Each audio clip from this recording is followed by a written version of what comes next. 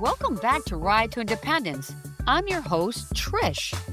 Last week, we talked about fear, that voice that whispers, "You're not ready yet." Well, this week, we're talking about what comes next: execution and courage. If you've been waiting for the perfect time to start your business, make a change, or chase that dream, let me tell you, there's no such thing as ready. What matters is motion. Let's get to it. Let's talk about why execution matters. Execution isn't about perfection. It's about doing what you said you'd do. You can have the best idea in the world, but if it stays in your notebook, it's just paper. Execution turns that idea into momentum. Think of it this way.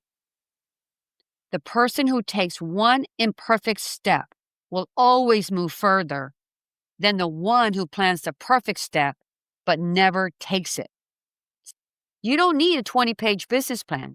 You just need your first customer. You don't need a perfect website. You just need your first post. That's how execution works, by building confidence through action. Let's talk about courage. Not the Hollywood kind, but the quiet, everyday courage that builds independence. And here's something I want you to remember. You will never be 100% ready. When you reach 80%, that's when you go ahead and do it. And you learn the other 20% along the way. When I launched the Ride to Independence podcast, I didn't have it all figured out. Sure, I took a workshop on how to start a podcast, but you don't really know what you're doing until you begin. You learn by doing, by making mistakes, and by growing through them.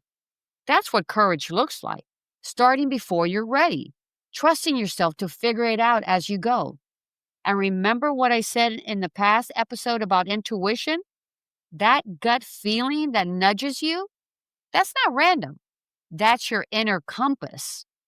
It's your gut that gives you the courage to take that leap, whether you're opening up a business, buying your first home, moving across country for a better life, or even saying yes to the dress. Your intuition and your courage are teammates. One whispers go, and the other one says you're ready. Here's what courage looks like in real life. Example 1.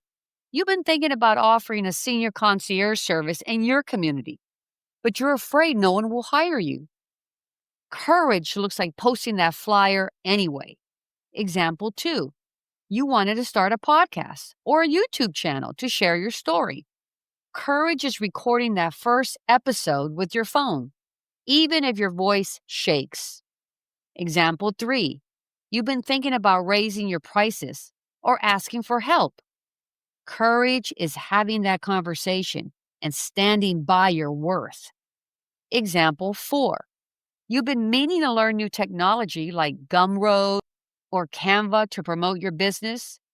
Courage is sitting down and saying, "I'll learn one button at a time." Example 5.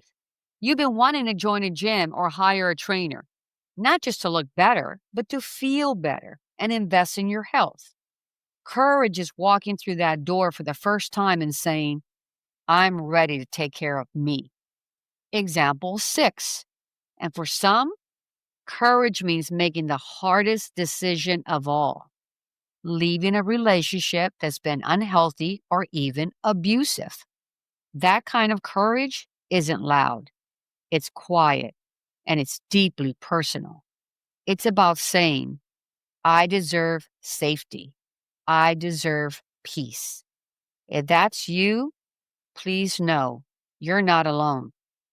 And seeking help is one of the bravest steps that you can take. Every single one of these moments, big or small, builds independence. Every decision to act teaches you something about your own strength. That's how we grow, not through perfection, but through participation. So how do you practice execution and courage daily? Here's the Ride to Independence action plan for the week. Pick one thing you've been avoiding. Don't pick 10, just one.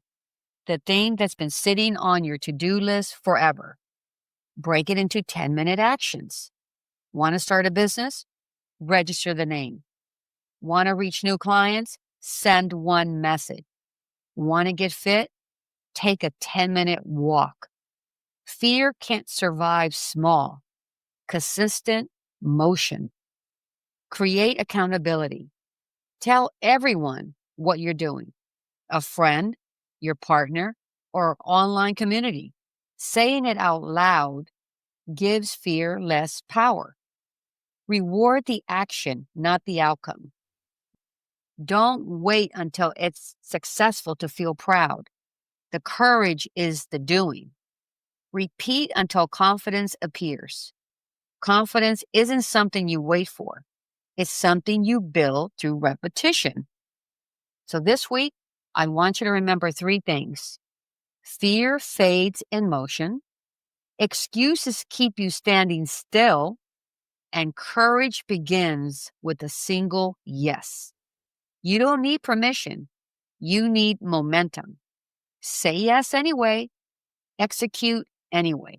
And keep building your independence one brave step at a time. And before we close, I want to say this. If you or someone you know is in an unsafe situation, please reach out to the National Domestic Violence Hotline at 1-800-799-SAFE. 1-800-799-SAFE. That one call could be the first step towards safety, strength, and true independence.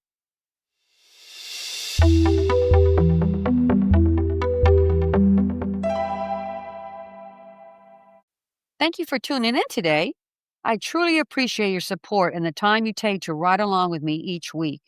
If you enjoyed this episode, make sure to follow Ride to Independence on Apple Podcasts or Spotify. And don't forget, you can watch full episodes on YouTube. And if something in today's episode inspired you or touched you in some way, I'd love to hear about it. Please leave a kind comment or review. Your words mean more than you know and helps others discover the show. And don't miss this Wednesday's bonus show. I'll be chatting with comedian and actor John Reninsky. We talk about how he didn't let fear stop him from chasing his dreams in Hollywood. It's a fun, inspiring conversation you won't want to miss. Until next time, keep driving your dreams to reality, one step at a time.